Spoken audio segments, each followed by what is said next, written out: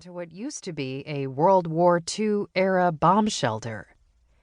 They then picked the old lock and had wreaked their mischief here. The old bomb shelter was no longer simply a forgotten relic from the past. Last month, my book-loving friends and I had transformed the space into a book room, a secret book room, a vibrant book room, a place where the books lining the shelves could serve as a lifeline for others in the community who needed them as dearly as I once had.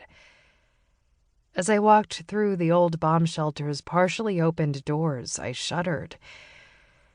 Like before, books had been tossed off their shelves. This time, the mystery section had been attacked. The adventures of Miss Marple, Coco and Yum Yum, and Amelia Peabody lay scattered across the floor. Covers had been bent, pages crumbled, shelving units torn from the walls. I closed my eyes and drew in a long, slow breath. Who would do this? How could someone do something so very evil? I couldn't report the break-in. I couldn't ask the police to investigate. I couldn't even tell the head librarian what was happening. To report it would mean revealing the book room's existence. My friends and I had created this space after the town manager had modernized the library upstairs. The renovations had included removing all the printed books in order to create a bookless library. A library without books? The very idea of it still made absolutely no sense. But that is what had happened to our library. The shelves of hardbacks had been replaced by tablets, computers, e-readers, and a cafe. The town manager had ordered this done because he'd wanted to use the hyper-modern library as a way to impress the high-tech industries he planned to lure to our little town. In a desperate act of rebellion, I'd saved hundreds of the books before they could be taken to the landfill. By creating this space, I'd broken the rules. I'd put my job at risk. And because I'd taken the books from the library, I may have even broken the law. The legality of what I'd done wasn't something I had researched too closely. I really didn't want to know. Keeping this book room going was my passion, my reason for getting up in the morning. Now, inexplicably, someone was stealing into our sanctuary and tossing around those same books I'd vowed to protect, as if they were worthless. Why? If this break-in was anything like the past two, my friends and I would soon discover nothing had been taken. With a sigh, I closed the vault doors, and then carefully lowered the second tote bag to the floor and let Dewey out of the bag.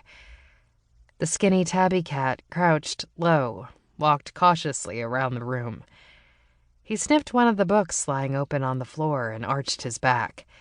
His black and brown striped fur fluffed up. "Hiss," he said. "I'm unhappy about the mess, too." I started to gather the books, putting the ones that hadn't been damaged in one pile and the ones with bent and crumpled pages in another. The binding from Agatha Christie's second Miss Marple mystery novel, The Body in the Library, had been completely ripped apart.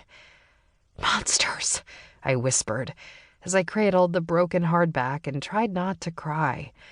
"What kind of base would do such a thing?" I asked Dewey, who was tilting his head from one side to the other while staring curiously at the wall where shelves had been ripped down. "It's the poltergeist," a gravelly voice answered.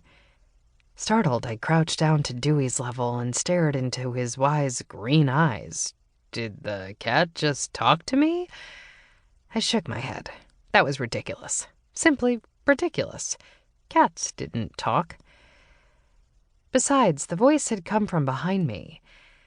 I stood up and turned around to find a man in his late 70s, dressed in tweed pants, matching tweed vest and a brown bow tie, standing in the doorway. His silver hair needed to be combed.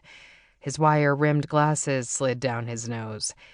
He pushed them back up with a chubby, calloused finger. "Mr. Crawford," I said, "you startled me." Hubert Crawford was one of our regular patrons. He was also